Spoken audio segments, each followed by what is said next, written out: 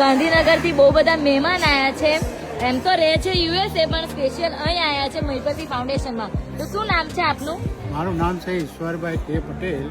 મારું વતન કોલવડા, હાલ રહેવાનું ગાંધીનગર, પણ હાલ હું છેલ્લા 20 વર્ષથી યુએસએ રહું છું અને છેલ્લા 2 વર્ષથી બાપુનો વિડીયો જોતા.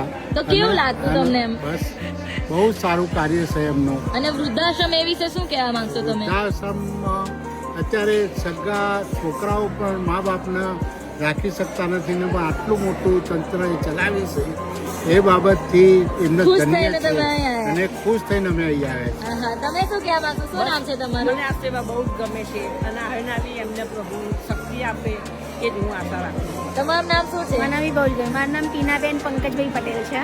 કેવું લાગ્યું તમને? કોલવડાથી આવી છું. સરસ લાગ્યું, બહુ સરસ ગરબા. તમે શું કહેવા માંગશો આજની જનરેશન વિશે? ખૂબ સરસ કાર્ય કરે છે અને આ કાર્ય કરવું જોઈએ દરેક માણસ. તમે શું કહેવા માંગશો બા?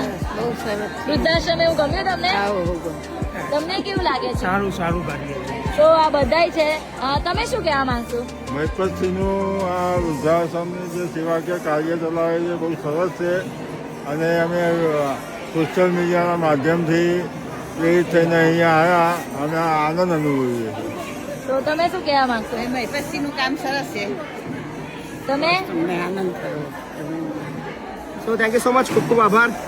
સહયોગ આપવા આવ્યા, અમને પ્રેમ આપ્યો અને આટલા દૂરથી પણ અમારા વિડીયો જુઓ છો અને દેશ બહાર રહીને પણ અમારા વિસ્તાર માટે તમે મદદ કરો છો, બદલ તમારો આભાર. Thank you.